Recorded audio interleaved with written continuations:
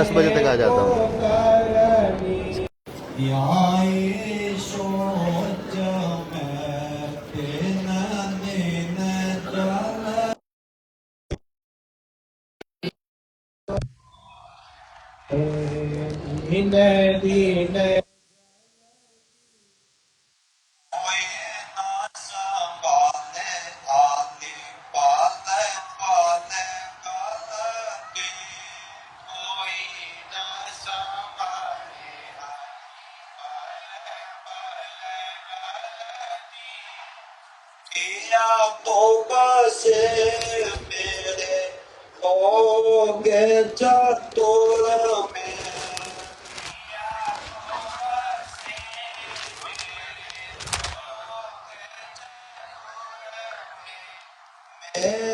तो पड़े आए क्यों ना कर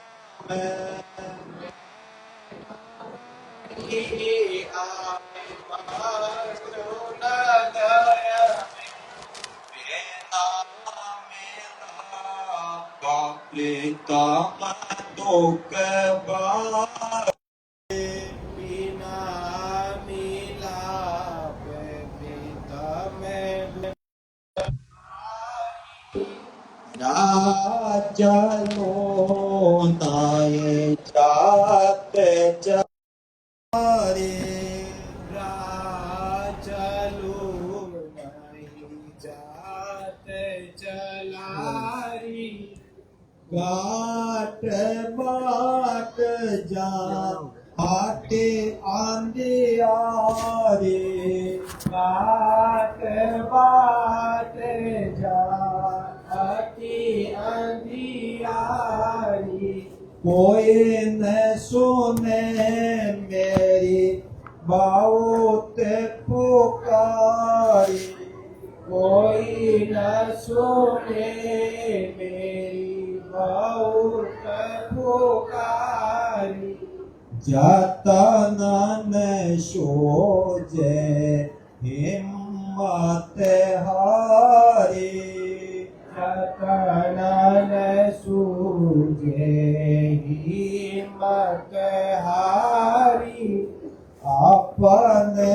पिया की मैं ना हुई प्यारी अपने पिया की मैं ना हुई प्यारी जो पिया चाहे तो दाम में बुलावे जो पिया चाहे तो दाम में बुलावे शब्द डोर दे अभी चढ़ावे सिस्टम निकलने आया तो मैं कल निकल जाता हूँ। आज कल का प्रोग्राम कल है, कल शाम मेरे फ्रेंड्स हैं, वो भी मिलना चाहते थे आपसे। परसों सुबह निकाल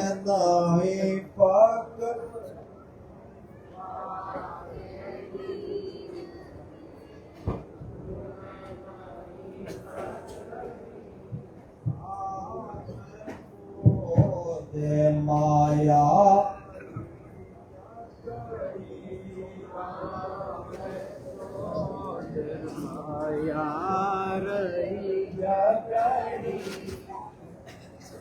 मैं तो सब विधि हीन आदेने मैं तो सब विधि हीन आदेने मान नाये निर्मल सूरत मलिनी मान नाये निर्मल सूरत मलिनी होम समर्थ स्वामी आति पर बिना होम समर्थ स्वामी आति पर बिना मैं तड़पूं जैसे जल बिन मीना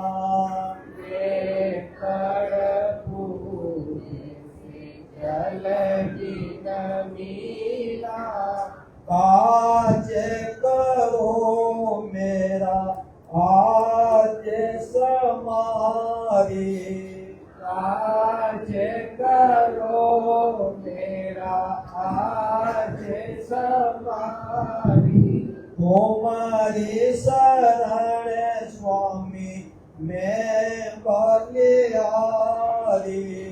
तुम्हारी शरण स्वामी में बलिहारी हारे पड़ी अब तुम्हारे द्वारे हारे पड़ी अब तुम्हारे द्वारे तुम बिन अब मोये कौन नियारे तुम बिन अब मोहि कौन निहारे तब स्वामी बोले ऐसे वाणी अब स्वामी बोले ये शिवानी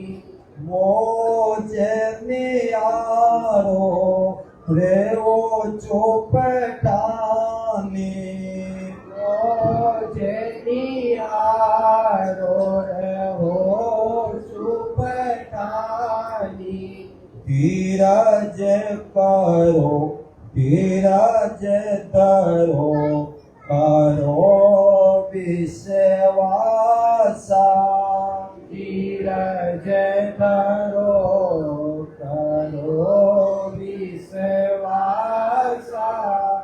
अब पूरण करो तुम्हारी आशा अब पूरण करूं तुम्हारी आशा सुनते वचन अब शीतल भये सुनत वचन अब शीतल भाई चरण शरण स्वामी चल गए चरण शरण स्वामी चल गई आप मन आतुरे दरस पुकारे अब मन आतुरे घर से पुकारे काल नहीं पकड़े पीरन दारे कल नहीं पकड़े हीरन डारे जय गुरुदेव जय गुरुदेव जय जय गुरुदेव जय जय गुरुदेव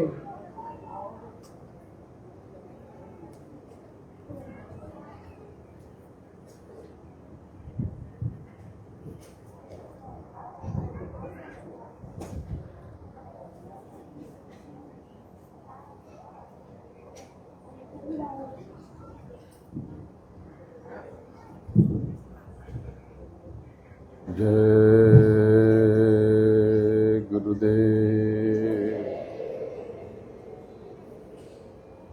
जय जय गुरुदेव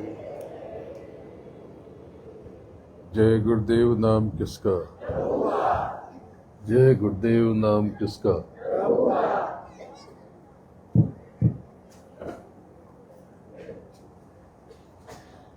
परम पूज्य गुरु महाराज के पावन चरणों में बारंबार नमन करता हूं।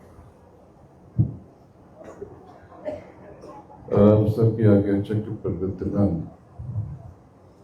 आपके सूरत, आपके रूप, आपकी आत्मा जो इस जीव से बन के जीवात्मा है, यानी आपको प्रणाम करता हूं।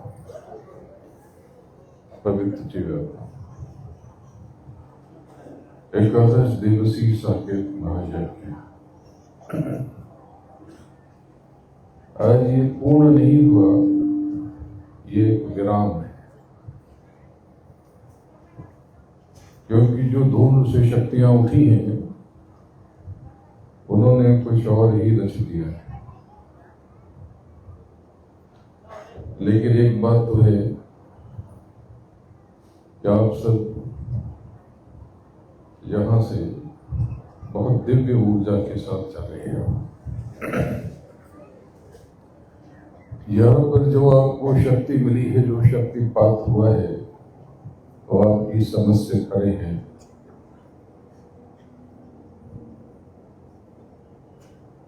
मैंने तो ये नहीं चाहता कि आपको इतनी ऊर्जा दी जाए, क्योंकि आप ऊर्जा का दुरुपयोग करते हो।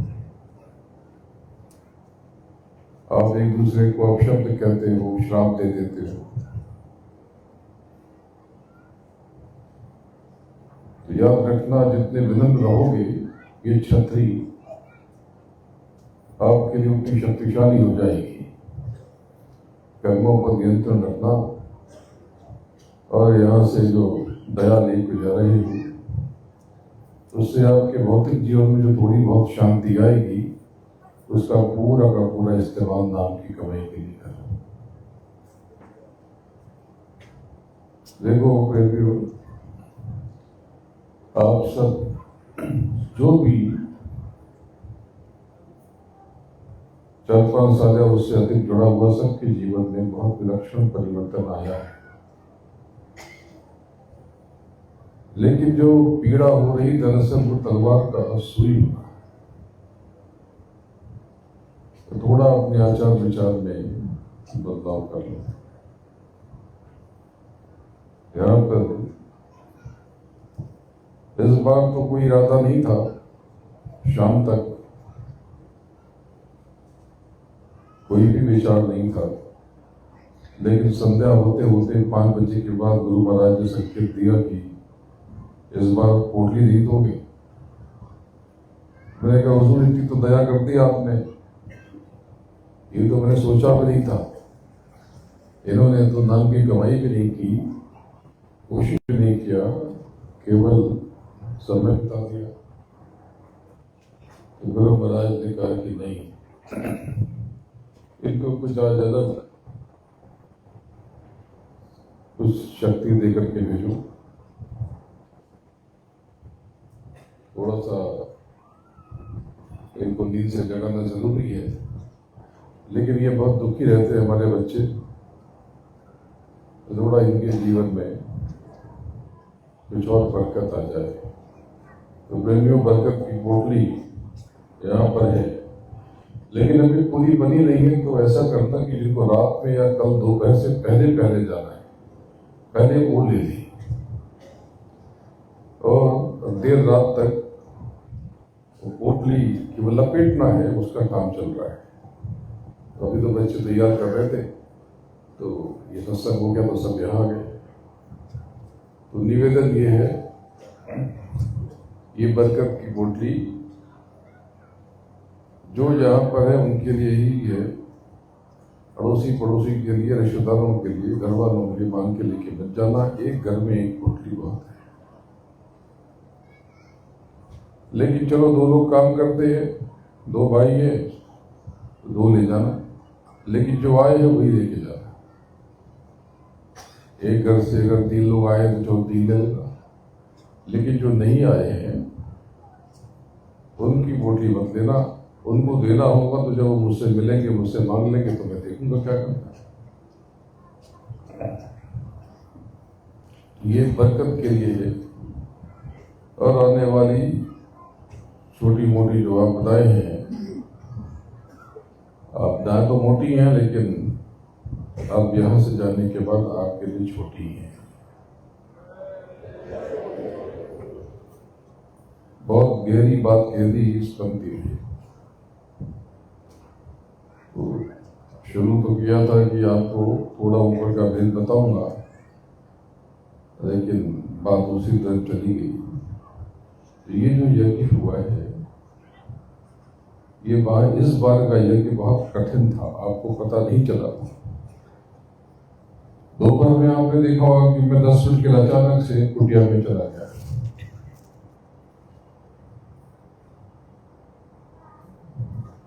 तो कुछ प्रेमियों पर संकट दिखा, तो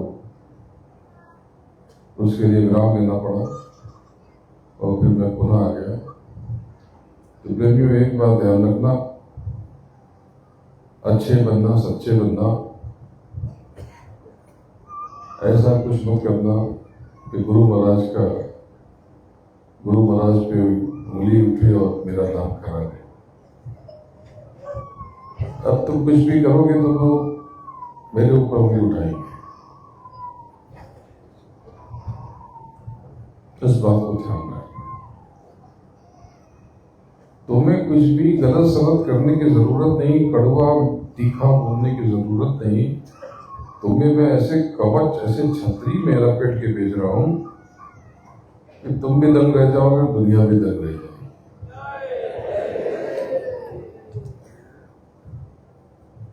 तुम सब की या तो कमाई बढ़ जाएगी या फिर दुनिया हाय हाय करेगी, लेकिन तुम्हारे बरकत आ जाएगी। तुम्हारे खर्चों में, अनाप शनाप खर्चों में या तो नियंत्रण हो जाएगा, जेब से पैसा निकलेगा नहीं, या फिर तुम्हारी कमाई बढ़ जाएगी। लेकिन कमाई बढ़ जाए तो सीधा एक हिस्सा परमार्थ के लिए तुरंत अलग कर देना, नहीं तो वो पैसा चला जाएगा। ये सावधानी बता देता हूं, बिना कुछ कहे वो अलग कर देगा। देखो, ये जो विलक्षण दिन बीते हैं, ये तुम्हें बहुत याद आएंगे। इस बार तो कुछ अद्भुत चीजें हो गई। दुनिया बाहर परेशान हो रही है, तुम्हारे शहरों में तो लोग कांप रहे और तुम्हें नाच रहे हो। मैंने तो कहा था कि उस नाम को पकड़ो, नाम को सुनो, तुम कजरी सुन रहे हो। पर चलो, अच्छा है, इतना अच्छा नृत्य करते हो तुम लोग, ये तो मुझे पता भी नहीं था, ये तो अभी पता चला।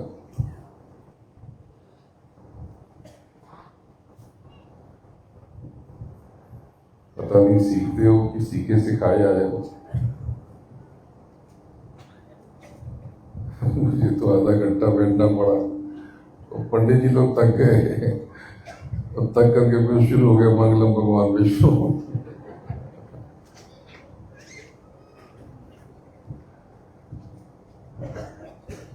बहुत विलक्षण जैसे सबका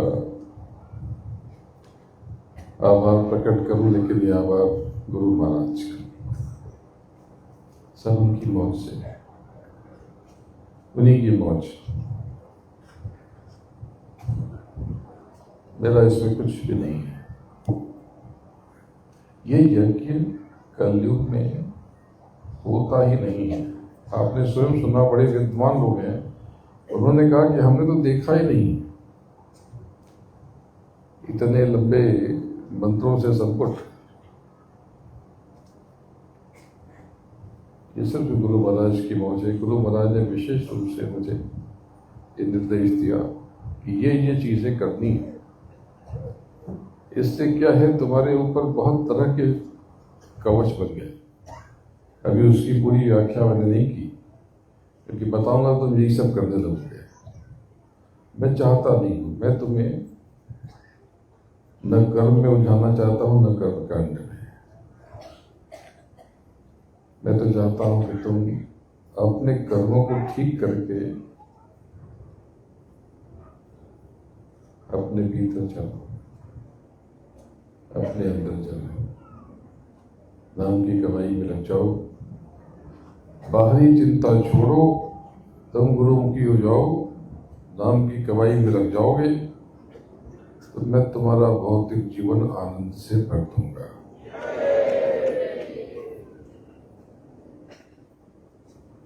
अब तक तो आध्यात्म संदर्भ में किसी ने नहीं कहा, तो मैंने तुम्हें वचन क्यों दे दिया? क्योंकि आगे आने वाले समय बहुत कठिन है। अगर तुमने नाम की कमाई नहीं की तो न माया मिली न राम, वो हाल होने वाला है। तुम काल के सैलाब में इस कदर बह जाओगे कि पता भी नहीं चलेगा कहां चले गए। जगत की चीजों में मत भागो, तुम केवल सेवा पर ध्यान दो, नाम की कमाई पर ध्यान दो। तुम्हें जो कुछ बताया गया है तुम वो भक्ति भाव से करो। भक्ति यानी आज्ञा का पालन। जो तुम्हें बताया गया है तुम पूरी विश्वास से वो करते रहो। फिर से कहता हूं कि तलवार का सूर हो जाएगा, आग निकलेगी तो, लेकिन तुम्हें गर्म हवा भी नहीं लगेगी। लेकिन अपने मन का करोगे तो फिर मुझसे मत कहना। कोई नशा मत करना। कई बच्चे इसमें नशा करते हैं। कहो तो यही खड़ा करा के सबकी बोल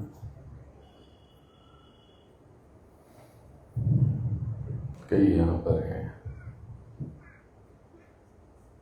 बच्चे। वो नशा तुम्हें तबाह कर देगा। तो तुम्हें ना जिक्र करूंगा ना तुम्हें परेशान कर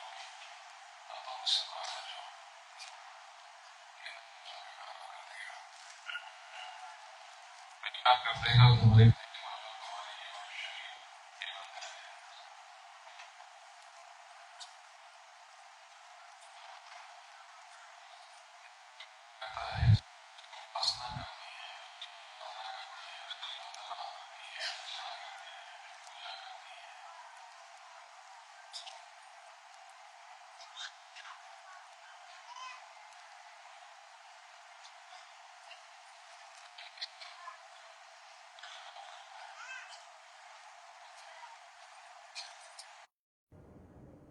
अभी यहाँ से जब सत्संग के वहां जाना, भोजन करने के पश्चात वहीं बैठ जाना।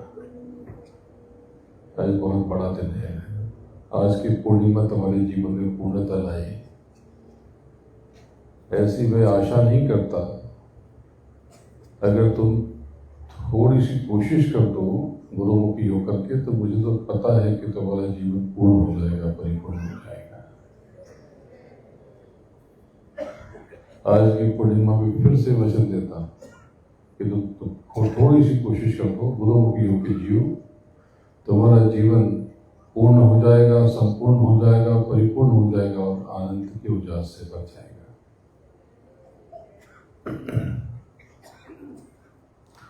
तुम्हारा जो कुछ भी व्यय हुआ है, जो कुछ भी खर्च हुआ है, समय या धन, तो वो सब आर्थिक रूप से कई गुना होकर तुम्हारे पास लौटने वाला है। वो आ जाए तो उसका थोड़ा हिस्सा अगले अगले रखते ना, तुम्हें समझ में आ जाएगा। गुरुदेव गुरुदेव।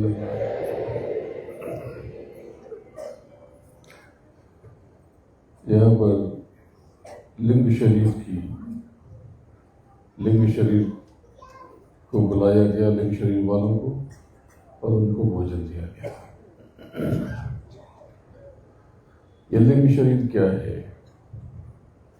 एक पारदर्शी जगत है जो बहुत प्रकाशवान है,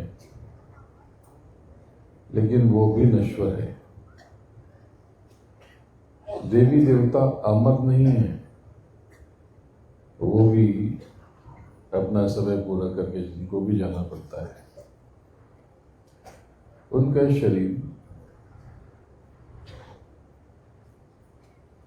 तमस रजस और सत्य के साथ मन बुद्धि चित्त और अहंकार, और इनके साथ 5 ज्ञानेंद्रियां, 5 कर्मेंद्रियां, इनमें बहुत रोशनी है और ये चर्म आंखों से दिखाई नहीं देते, पर इनका वजूद है। तुम जब वहां बैठोगे तो तुम्हें महसूस होगा कि कुछ स्पंदित हो रहा है, कुछ भीतर तरंगे आ रही हैं। और जिनको ऊपरी बाधा है वो अभी इसे परिक्रमा करना शुरू कर दें। जितना ज्यादा करें कर लें, उनको राहत मिल जाएगी। और जिनको लगता है कि उनके ऊपर कोई दोष है या किसी के कारण कुछ गलत प्रयोग हो रहे हैं, अगर वह भी है तो बुरे भाव से परिक्रमा कर लेना। किसी किसी को लगता है कि उसके घर में कुछ है, कुछ लोगों को घर में कुछ महसूस होता है, तो वहाँ की धूल, वो जो मेखला, तो यज्ञ का कुंड है, उसके ऊपर जो कुछ भी गिरा पड़ा है उसको थोड़ा सा बटोर लेना और उसको घर पे रख देना। अगर ऐसा कुछ है तो या तो तत्काल खत्म हो जाएगा या धीरे धीरे समाधान हो जाएगा। देवी देवता ये बैराट के साथ 9 करोड़ दुर्गा और 10 करोड़ शंभू प्रकट हुए जगदम्बा के मुख से, हम बीच से। जगदम्बा को आप समझते हो कि वही लक्ष्मी है, वही गौरी है, वही सावित्री है, वही जया विजया है, तो ये गलत है। जब मैं जगदम्बा कहता हूँ तो मैं आद्या महाशक्ति, उस अर्ध चेतना की बात करता हूँ जो ईश्वर यानी काल पुरुष से प्रकट हुई है। काल पुरुष के मुख से हम बीज प्रकट हुआ, उपचार, और उससे शक्ति प्रकट हुई, उससे शक्ति प्रकट हुई, उससे बहुत सारे मसाले जो ऊपर से नीचे उतारे गए वो सब कुछ आए। ये जो अंतःकरण मन बुद्धि चित्त अहंकार, ये भी उनके मुख से प्रकट हुआ, उसी बीज से प्रकट हुआ जो उनके भीतर से निकला। और उन्होंने स्वयं को संकुचित किया, स्वयं को उस लौ ने, उस ज्योत ने जो सहस्त्र कमल पर विराजमान है, उसने स्वयं को एकदम सिकोड़ लिया, सूक्ष्म किया और फिर वापस विराट स्वरूप में आ गए। इससे एक धमाका हुआ, इससे एक धमाका हुआ और उस धमाके से ये सब कुछ घटा। विज्ञान भी एक धमाके की बात करता है कि एक विस्फोट से सब कुछ हुआ, लेकिन दरअसल ये काल पुरुष भी उसी धमाके से, शब्द के धमाके से ही नीचे उतरे, और नीचे जिस जगत में बैठे हैं वो भी उसी धमाके से बना है। लेकिन वो जिसके धमाके से बना है वो अकाल तख्त का मालिक है, पूरी कायनात का मालिक है। सत्य, अलग और अगम अनामी के व्यक्त स्वरूप है। अनामी अव्यक्त सत्ता, अव्यक्त यानी जिसके बारे में कुछ पता नहीं, जिसका कोई रूप नहीं, कोई रंग नहीं, कोई आकार नहीं, कोई प्रकार नहीं। इसीलिए बहुत से लोगों ने निराकार ब्रह्म की बात कही। जब निराकार ब्रह्म की बात हो तो समझना कि गुरु महाराज की बात हो रही, अनामी पुरुष की बात हो रही। अनामी पुरुष निराकार ब्रह्म है और उन्होंने खुद को साकार किया है। साकार यानी अगम, अलग और पूर्ण ब्रह्म अर्थात हक। इन्हीं को जब मंसूर ने देखा तो बोला, अरे, जब उसने पाया तो कहा कि मैं भी हक हूं, तो उसने शब्द दिया अनल हक। इसका अर्थ वही होता है जो उपनिषद ने कहा है, उपनिषद ने कहा है अहम ब्रह्मास्मि। आप भी जब मालिक को पाते हो तो हैरान हो जाते हैं कि हम इतना भटके, मैं भी तो मालिक ही हूं, मैं भी तो मालिक का ही हिस्सा हूं। मैं इसलिए बार बार कहता हूं कि आप खुद को नहीं जानते। आपके भीतर बहुत रोशनी है, बहुत प्रकाश है, लेकिन आप तो फालतू की चीजों में अटके पड़े हो। 1000, 10,000, 50,000, लाख, 25,000, लाख, 2 लाख, 50 लाख के चक्कर में फंसे पड़े। ये 2 कौड़ी की चीजें हैं, ये सिर्फ सेवा से आती है। सेवा यानी कर्म, सकारात्मक कर्म, पॉजिटिव कर्मा। पॉजिटिव कर्मा केवल मदद करना नहीं है, केवल नोट गिन के देना नहीं है। ये हर क्षण आपके भीतर एक जागरूकता रहे, हमें किसी से कड़वी बात नहीं करनी, हमें किसी से तीखी बात नहीं करनी। और जब कभी ऐसा हो जाए तो उसे क्षमा मांग लेना है या तुरंत उसकी मरम्मत करने की कोशिश करना है। विचार, उल्टे पुल्टे विचार आपके भीतर नहीं आने चाहिए। अनावश्यक संदेह करते हो पति पे, पत्नी पे, बच्चों पे, तुम तो गुरु पे भी संदेह करते हो। और उस गुरु को देखो, वो तुम पे जरा भी संदेह नहीं करता, क्योंकि वो प्रेम करता है, उसका प्रेम सच्चा है। तुम्हारे प्रेम में शायद मिलावट है, इसलिए तुम्हें संदेह होता है। कभी उस गुरु के, सदगुरु की आंखों में आंख डाल के देखना, तुम उससे दूर हो, इसको लेके वो कितना बेचैन तुम्हें नजर आएगा, तुम्हें अंदाजा नहीं है। वो चाहता है कि अब तुम जल्दी से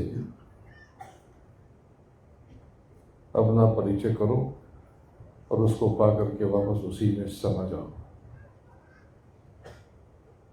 तुम राधा बन जाओ और अपने स्वामी में लीन और विलीन हो जाओ। तुम्हारा स्वामी ऊपर सचखंड में बैठा है। राधा स्वामी, राधा स्वामी, राधा स्वामी। भीतर तुम तो अच्छा, ये नाम प्रकट तो उन्होंने किया था आगरे में, लेकिन वो मुख्य रूप से अनामी के बारे में ही बताते थे, सत्य के बारे में कम बताते थे। और इस नाम का प्रयोग उन्होंने अन्य कई नामों की तरह किया, लेकिन कुछ प्रेमियों ने, विशेष रूप से एक ही प्रेमी ने, जो कि अभी भी आपके बीच में ही है, उन्होंने ही कहा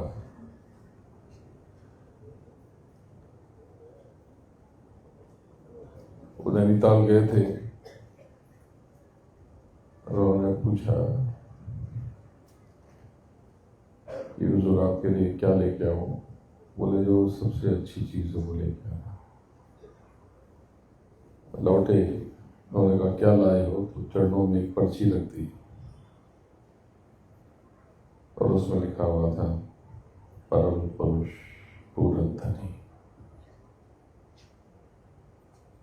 कुछ लोगों को इतना ही पता है, लेकिन उसके नीचे एक और लाइन लिखी थी, एक पंक्ति लिखी थी, एक शब्द लिखा था, परम पुरुष पूरन धनी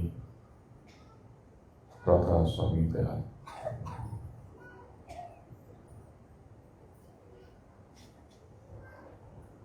तो भावुक हो गए, उन्होंने सर पे हाथ रख दिया, उन्होंने कहा कि बताओ क्या चाहिए? उन्होंने कहा हुजूर जीवों को नाम की बख्शिश दे।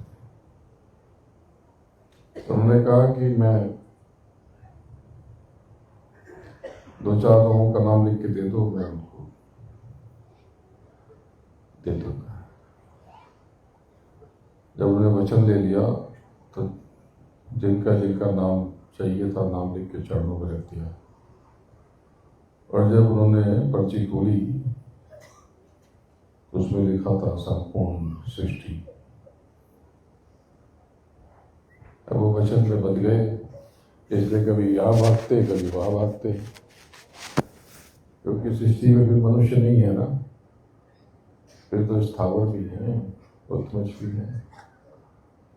तो कभी इस देश भटकते हैं, कभी उस देश भटकते हैं, क्योंकि सुनते तो इस जगत के नशे में है। इस जीव में बन के खुद को जीव समझ रही है। ये काम बहुत कठिन है। इस जगत में फंसे जीवों को ये बताना कि तुम मालिक का अंश हो, तुम स्वयं प्रभु स्वरूप हो, सरल नहीं है। तो जहां ये बताने के लिए आते हैं तो तुम कहते हो कि पेट दुख रहा, गैस हो रही, बेटी की शादी नहीं हो रही, घर में झगड़ा होता है, बेटा ठीक से बात नहीं करता, बहू ठीक से बात नहीं करती, बरकत नहीं है,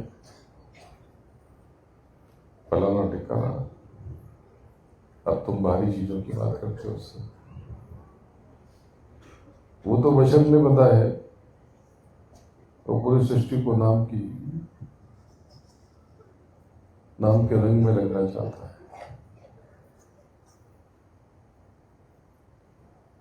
ये प्रार्थना वहीं से उलझी है, जो भी करते हो आपको पता नहीं है।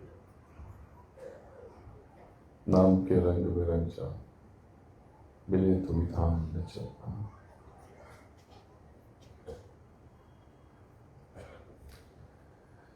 जब प्रार्थनाएं होती थी तो जिन प्रेमियों को अनुभव होता था बहुत रोते थे, बहुत रोते थे और बहुत पछताते थे कि इतने समय से हम भटक रहे हैं और मालिक इतना सुंदर संसार छोड़ करके इस धूल मिट्टी में वो सिर्फ हमारे लिए खड़ा है। धूप में तप रहा है, आग में जल रहा है। तो बहुत रोते थे। तो 3-4 देवियां भी थीं, बच्चियां, और कुछ प्रेमी आए तो वही के होके रह गए, दोबारा कभी घर गई नहीं।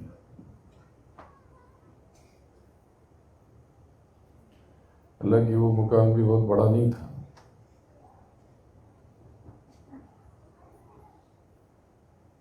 जैसे छोटे शहरों के मकान होते हैं, गली के अंदर थोड़ा अंधेरा अंधेरा सा। लेकिन उस समय वो वही बहुत बड़ी बात थी।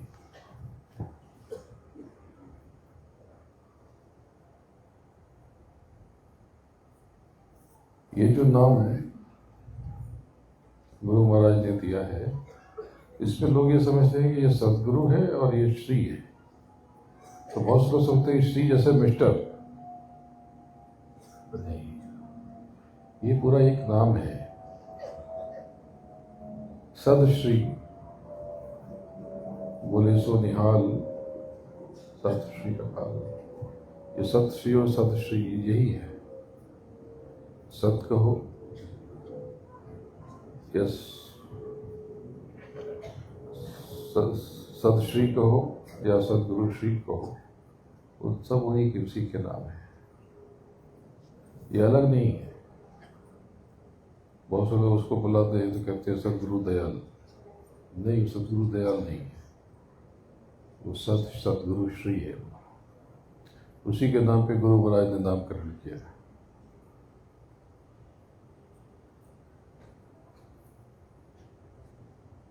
तो देखो बात कहां से कहां चली गई।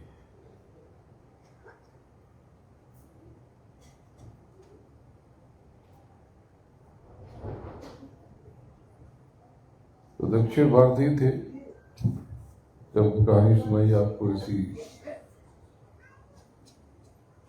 मंच से कुछ दिन पहले, बहुत से प्रेमी नहीं थे, लेकिन पहले मैंने सुनाई है, विदेशों से 1-2 बार बताई है शायद, फिर से बता देता हूं।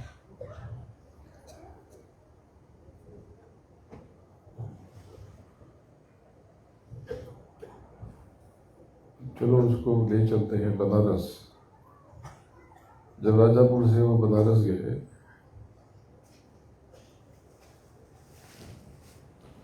तो उन्होंने गट रामायण लिखी, गुरु महाराज ने। तो लोगों ने बहुत शोर मचाया कि ये तो मुसलमानों का धर्म लगता है, ये तो उस समय बड़ी छुआछूत। इस समाज जो आज जितना आज कहते हो कि आज का समय खराब है, नहीं, समय तो ऐसे ही रहता है। हमें हमेशा भेदभाव, ऊंच नीच हमेशा से रही है, उस समय भी थी। अभी तो लोग ज़्यादा नैतिक लगते हैं, लगता है कि अरे वो दुनिया अनैतिक हो गई है। आचरण थोड़े भ्रष्ट हुए हैं, लेकिन संसार ऐसा ही रहता है।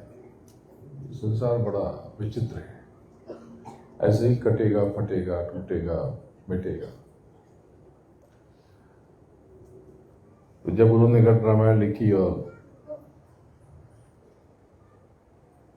लोगों को पढ़ने को मिली तो बहुत विरोध हुआ, बहुत हंगामा, बहुत बेइज्जती हुई उनकी, धक्का मुक्की की, गिरेबान भी पकड़ लिया, थूक भी दिया, कचरा ऊपर से जाते थे, कचरा फेंक देते थे उनके ऊपर। तब उन्होंने आदेश लेकर के उन्होंने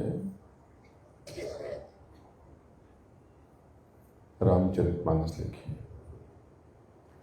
काशी में जहाँ पे इस देव का जन्म हुआ, वहीं से मुश्किल से कदम गिनूं तो कितने कदम हो गए, समझ तो 200 मीटर, 300 मीटर और भी कम।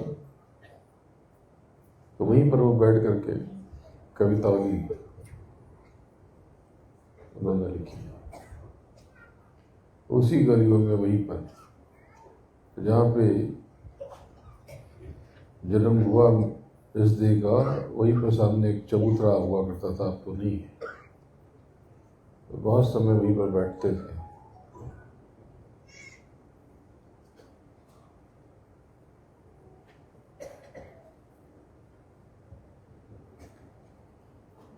तो चलो थोड़ा, फिर उन्होंने घट रामायण गुप्त कर दी। जिस घाट में गुप्त कर दी, वो घाट पेशवाओं के पास चला गया। पेशवा परिवार महाराष्ट्र से बहुत बड़ा नाम हो रहा, बहुत बड़ा फकीर, बहुत बड़ा संत।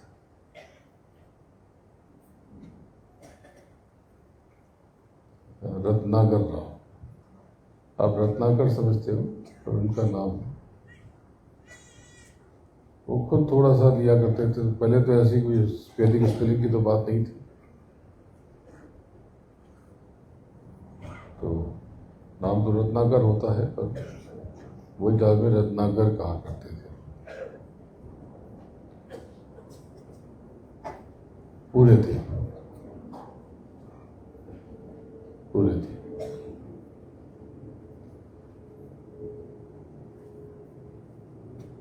जैसे ही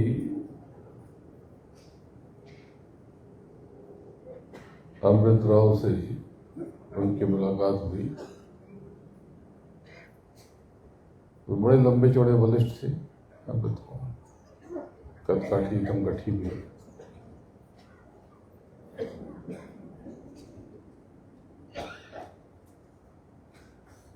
शुद्ध शाकाहारी थे, परिवार मांसाहारी था।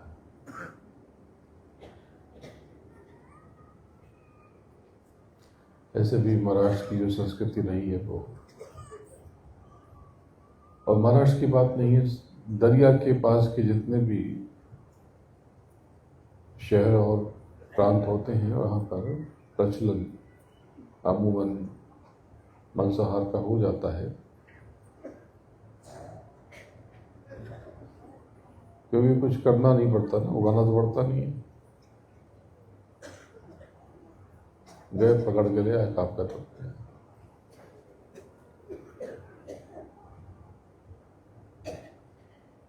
शाकाहार, इसमें कठिनाई है। धरती में सीना फाड़ करके बीजों को बोना, उसका अंकुरण, उसको पालना पोसना, उस फसल को बच्चे की तरह करना पड़ता है, वे तो खराब हो जाते हैं। तो बहुत दया हो गई, और दृष्टिपात होते ही उनको बुरा बोध हो गया और यहाँ से शक्ति बदल गई। उन्होंने नाम दिया वही जो पिछला था। फिर उनके आदेश से बोले कि जाओ तुम जो काम छोड़ा उसको पूरा करके आ जाओ। तो बहुत बार बताया आपको कि वो सिकरौल एक जगह है बनारस वरुणा के पार। पहले वो बनारस का हिस्सा नहीं था, क्योंकि बनारस जो है वरुणा नदी और 80 घाट के बीच में जो हिस्सा था वही वाराणसी कहलाता था। अब तो वो तो बहुत छोटा रह गया, उसके 4 गुना 5 गुना तो बाहर सब फैल गया।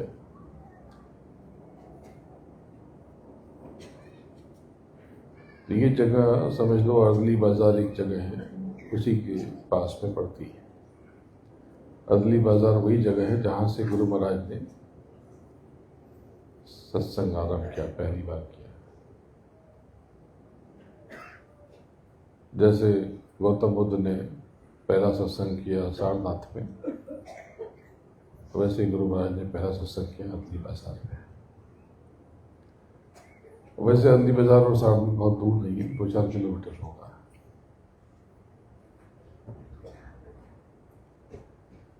फिर उन्होंने घट रामायण निकाली। चूंकि पिछला अनुभव था इसलिए वो वहां से चले आए। और तीर्थों का भेद और खेल जानते थे,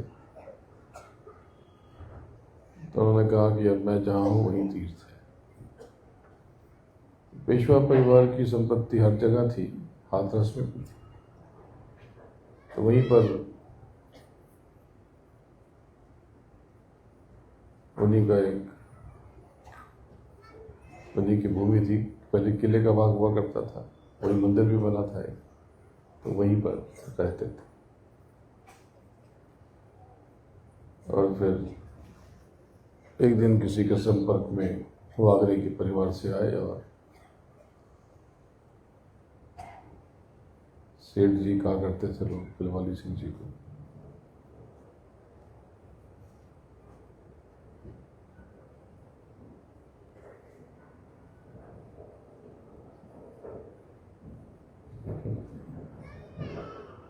बोलो जय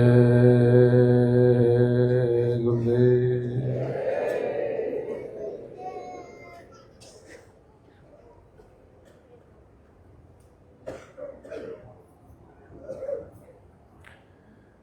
कई जीव तबके हैं, अब चलो थोड़ा कोशिश करो,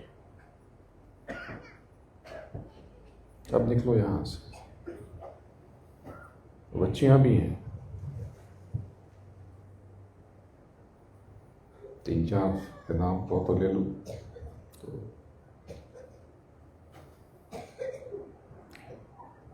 जब से आप अपने देश से उतरे हो वापस जा नहीं पाए, अब चलो बच्चों, मालिक की दया बरस रही है। जगत की चिंता छोड़ दो, इसकी शिकायत मत क्या करो। अब तुम टीका टिप्पणी से बाहर आ जाओ। शिकायत करना, रोना धोना, व्यर्थ की बातें, मालिक की मौज को समझो। मैं तो कहीं जाता नहीं, बहुत कार्यक्रम करता नहीं। मैं सच बताऊं तो देश में मैं बहुत घूमता नहीं, तो गुप्ता जी जहां जहां कहते मैं वहीं जाता, साफ कह देता हूं। तो मैंने कहा था कि एक बार बैठ करके गुरु महाराज की आगे की योजना कैसे बनानी है, प्रचार प्रसार, तो अब तो तुम लोग चल दोगे, तो तुम लोगों ने बैठक की नहीं। देख लो जैसे समय मिले, रात में मौका मिले, नहीं तो कल।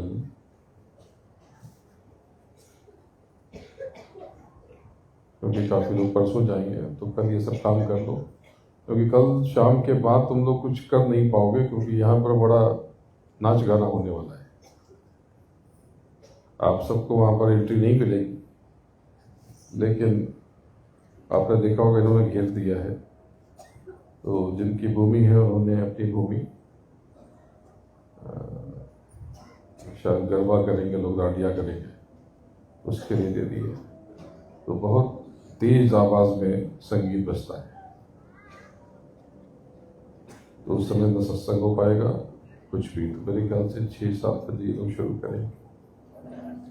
तो जो भी करना है वो ध्यान रखना, तो पहले ही कर लेना, नहीं तो शोर बहुत होने वाला है।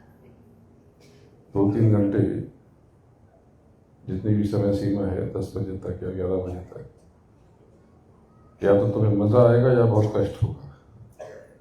जो भी होगा उसमें आनंद लेना, या रहना तो यही आके बैठना।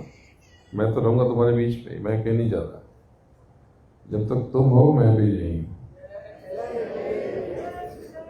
ये मत समझना कि ये तो यहीं रहते हैं, यहीं चल देंगे, मैं कहीं नहीं जाऊंगा।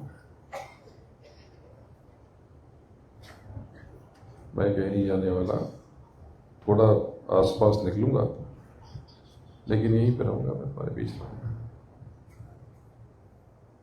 तो बच्चों नाम की कमाई करो, अपने घर चलो। कल सुबह अवसर मिला तो कुछ और सुनाऊंगा, लेकिन काफ़ी लोग चले जाएंगे, कोई बात नहीं, जहाँ रहेंगे वहीं से सुनेंगे। प्रयोजन तो सफल हुआ, तुम्हारे ऊपर एक छतरी बन गई, तो वो छतरी का इस्तेमाल करो नाम की कमाई में। तुमको बरकत दी जा रही, उस बरकत का फायदा उठाओ। किसी से बदतमीजी से बात मत करो। तुमको क्यों बुरा लगता है, तुम क्यों शिकायत करते हो? कोई चाहे जैसा हो, कोई मुझे कहे, तुम्हें कहे, किसी को भी कहे, तुम क्यों कूदते हो बीच में? बोले तुम्हारे पिताजी हो, माताजी हो, भाई हो, बहन हो, बच्चे हो, सब अपने अपने, तुम्हारी जैसी सूरत उनमें भी है।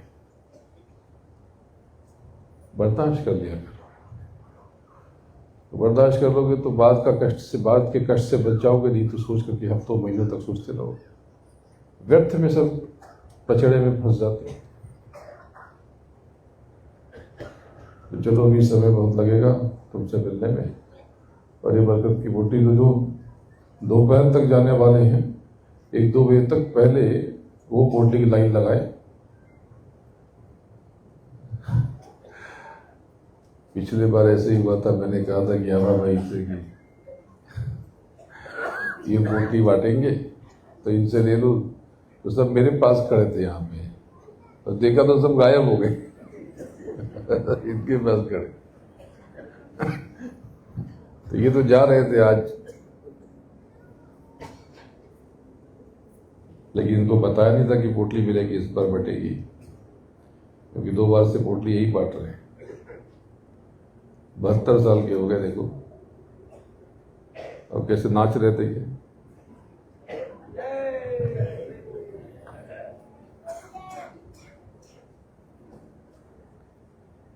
वैसे तो ठीक है, गुजरात में तो बस डांडिया मिल जाए और संगीत चलना शुरू हो जाए, लोग अपने आप थिरकने लगते हैं। बड़ी अद्भुत भूमि है ये भी, अच्छा है, सेहत अच्छी रहती, कूदने नाचने से अच्छा रहता है, बहुत सुंदर है। तो पहले हमा भाई बोटी लेके बैठ जाओ, उधर बैठो, उधर लाइन कम लगेगी, सब जगह नहीं है सामने। सोफे पे बैठ जाओ, ये सोफे पे बैठ जाओ, वो उधर बैठ जाओ, किसी भी सोफे पे बैठ जाओ, और इधर बैठ जाओ इस पे। तो गुरु महाराज के ठीक सामने बैठोगे तो यहाँ तो मेरी नजर है ही, वो भी नजर रखे हुए रहेंगे, तो ये लोग गड़बड़ नहीं करेंगे, तो वो गड़बड़ करते हैं। तो ये इनको दे दो, और अब तुम्हारे दर्शन कर लूँ, तो भी भोजन प्रसाद ग्रहण कर लो। बोलो जय गुरुदेव, जय जय गुरुदेव। जय गुरुदेव नाम किसका? देखो लाइन लगा के आना।